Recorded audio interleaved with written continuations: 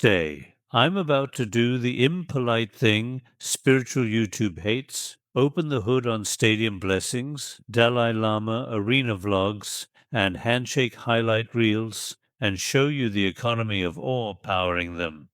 What looks like sanctity at scale is often sanctity on rails. Telephoto lenses that crush distance into intimacy. 60 frames per second slow motion that turns seconds into sacrament. Halo-colored LUTs that warm skin and cool backgrounds. Crowd noise mixed like ocean surf. Titles engineered for devotional click-through. None of that is a crime. The crime begins when production design becomes doctrine, when height equals holiness, reverb equals truth, access equals awakening. Here's the trade I'm offering. Keep your reverence, but upgrade your audit. In the next minutes, I'll hand you a toolkit for recognizing how awe is manufactured. Stage geometry, camera choreography, sound design, parasocial glances, brand safety palettes, merch tables disguised as shrines. You will spot the seams where tenderness becomes a format, where compassion becomes content, where influence becomes inventory. You won't leave cynical, you'll leave answerable, capable of loving a teacher while refusing the fog machine. Because if holiness can be edited into being, it can also be edited into silence. If blessing rides an algorithm, the algorithm is now a minister. This is not a hit piece on a person. It's a hit on a pipeline. And pipelines are indifferent.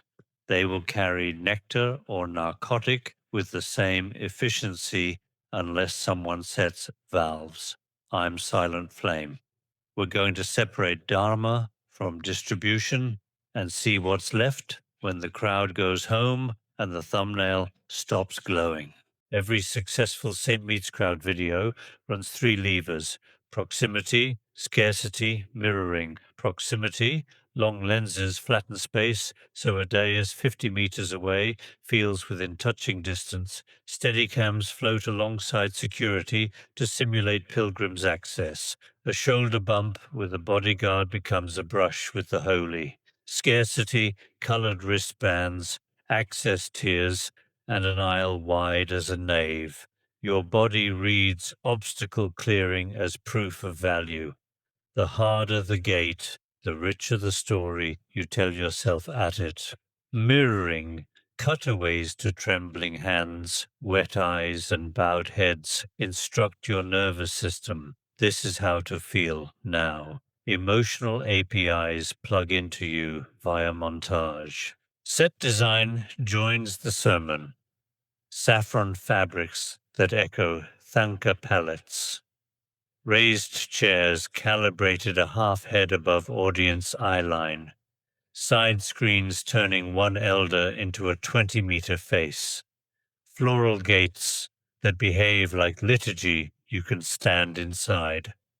Each element whispers, this matters, and because attention is social, it does. Stagecraft is not deception, it's gravity. But gravity unexamined becomes theology. High becomes holy, near becomes true, tickets become talismans. The risk is not that a teacher sits higher for visibility, it's that visibility becomes verdict. The format rewards contact without context, touch without training, access without accountability. And because cameras love proximity more than process, the video canon fills with arrival shots and starves for integration. Your heart expands for 90 minutes. Your life changes for 9, unless someone writes the boring agreements that awe resists, but awakening requires. Watch with your ears. Lapel mics soften sibilance and place the voice inside your chest. Low shelf EQ warms timbre until authority feels parental. HVAC hum disappears under a tempura-like drone. Bell tones land every 90 seconds, long enough to cue stillness, short enough to avoid true silence, which makes audiences panic. Translators are EQ'd, thin and clear, so wisdom keeps the velvet while explanation stays legible. Crowd laughter is light compressed, so it caresses instead of spikes. Permission to belong, not a startled response. When chanting enters, it starts in mono and widens to stereo. Your temporal lobes map expansion to vastness. Goosebumps follow, not because heaven arrived, but because psychoacoustics did. Then come the signatures. The mic left accidentally hot to catch an elder's chuckle. The handheld mic shake kept in for authenticity. The applause trimmed of high frequencies so it rolls like benign weather. Silence itself is edited 3, 5, 7 seconds, long enough to feel reverent, short enough to avoid the awkwardness where genuine emptiness might swallow the room. None of this invalidates compassion on stage. It simply means affect pipelines are doing half the preaching. When the mix is mistaken for the message, sonic hygiene mutates into metaphysics. Warm sound becomes warm truth. Cinematic calm becomes proof of ontology.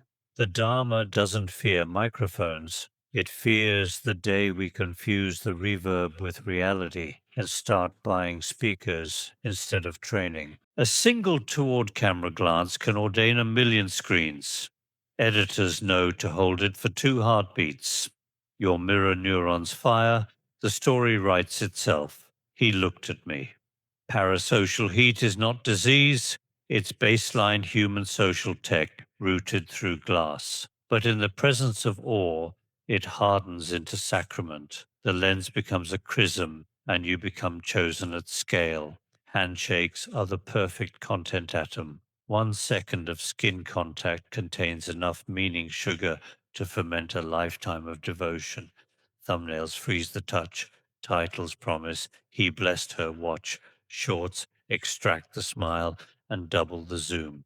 From there, a secondary market blooms. I was there, reaction videos, what I learned, debriefs, cinematic homages that launder the same 5 seconds into a month of uploads.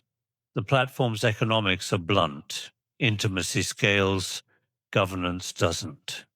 20 hours to set up a grievance process, 20 minutes to publish a close-up. What gets amplified? Nearness as proof. What gets buried? Boundaries as love. The teacher becomes an API endpoint. The audience performs reverence for one another in the comments. A blessing index emerges in likes and shares. Sometimes lives tilt toward kindness. Often power centralizes quietly. None of this makes awe false. It makes awe cheaper than training, and cheap things crowd shelves. If you can be nourished by a look forever, you will never demand the practice that makes you nourishing to anyone else. Notice the palette, saffron, sky blue, warm cream. Notice the copy, kindness, hope, smile. Notice what edges are rounded off. The messy backstory, the hard nouns, the names of harms, and who repaired them.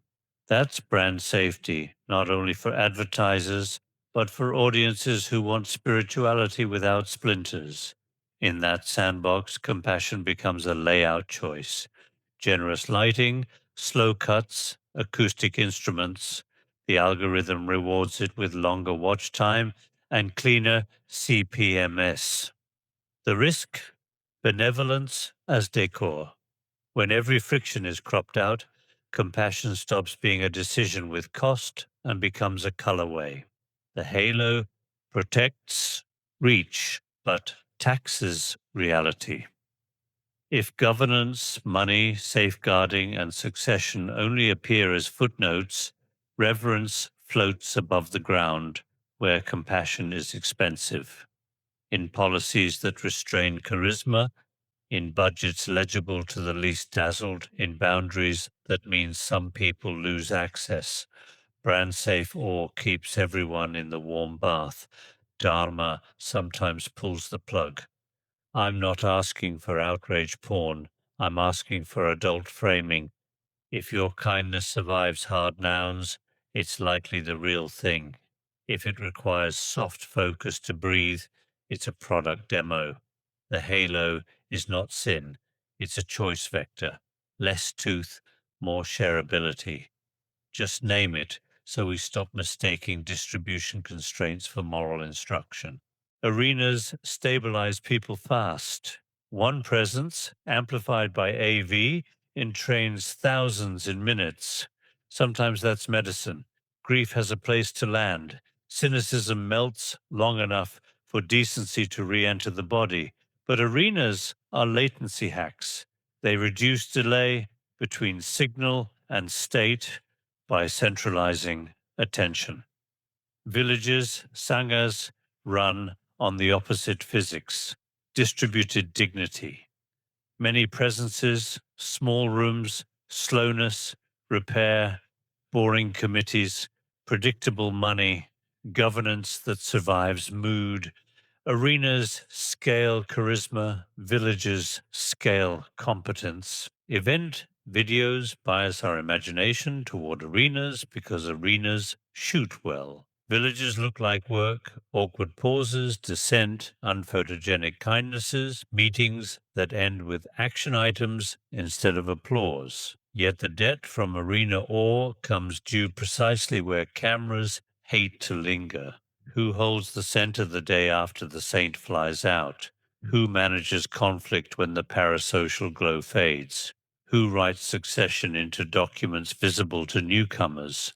Without those nouns, the event becomes a beautiful spill, glittering, heartfelt, and sticky on the floor. Algorithms love spills.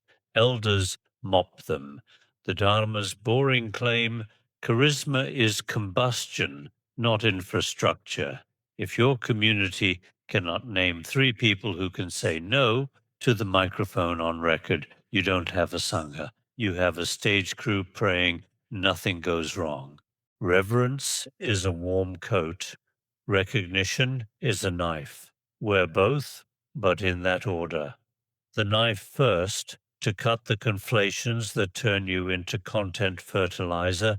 Stage height, not equal moral height. Camera nearness, not equal relational closeness.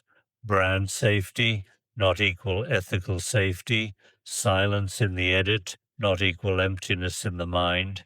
Access, not equal training. Once severed, your coat keeps you tender without making you gullible. You can still cry, you just won't outsource your audit to the mood. How to know you're being eaten? Diagnostics, not advice.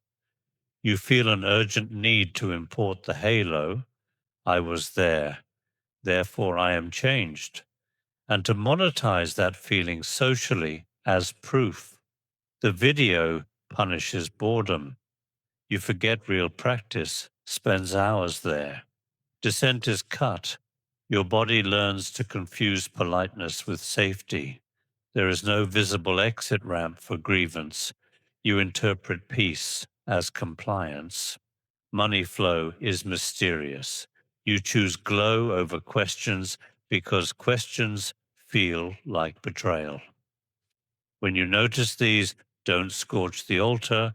Ask for nouns, budgets, safeguarding contacts, rotation schedules, lineage boundaries. If asking kills the atmosphere was the product. Keep the human, fire the fog. The problem isn't that crowds meet a saint. The problem is that crowds forget they are the scene, that holiness without agreements curdles into spectacle. Cameras can frame compassion, They cannot compile Dharma without your consent. If you need the lens to tell you who you are, you will always be purchasable by thumbnails, slogans, and the warm commerce of "we were there."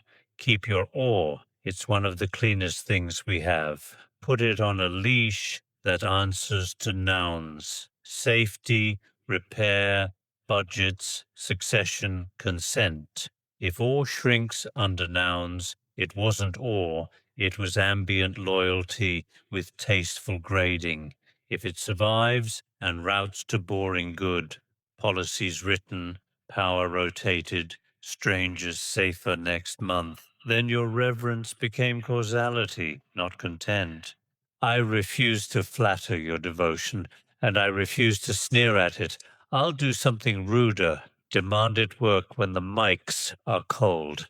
If the blessing never leaves the frame, it's furniture. If it survives an audit, it's Dharma. That's the whole cut. Keep the flame. Count the receipts. Make halos earn their height by how gently they land on the smallest shoulders. If your holiness needs a crowd to exist, it's theater. If it survives the receipts, it's real. Keep the flame. Kick out the fog machine.